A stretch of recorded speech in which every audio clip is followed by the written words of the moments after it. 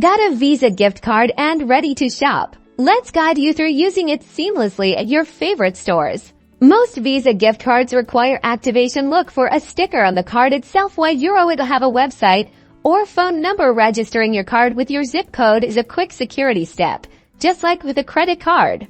Using your gift card is easy.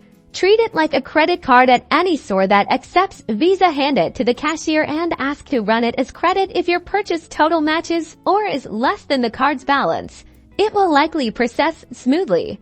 If your purchase exceeds the gift card's balance, don't worry, most retailers allow split payments. Use the gift card for the full amount on the card, then pay the remainder with cash or another card. Just inform the cashier you'd like to use the gift card first. Visa gift cards are widely accepted at most physical stores that take Visa, from supermarkets to boutiques. Be aware that some places, like gas stations or those with manual card entry, might have unique policies. Before you shop, it's wise to check your card's balance. You can usually do this on the activation website or by calling the toll-free number on the back. This way, you'll know your available funds and avoid surprises. So, with a quick activation, understanding split payments, and a balance check, you're all set to use your Visa gift card like a pro for all your in-store purchases.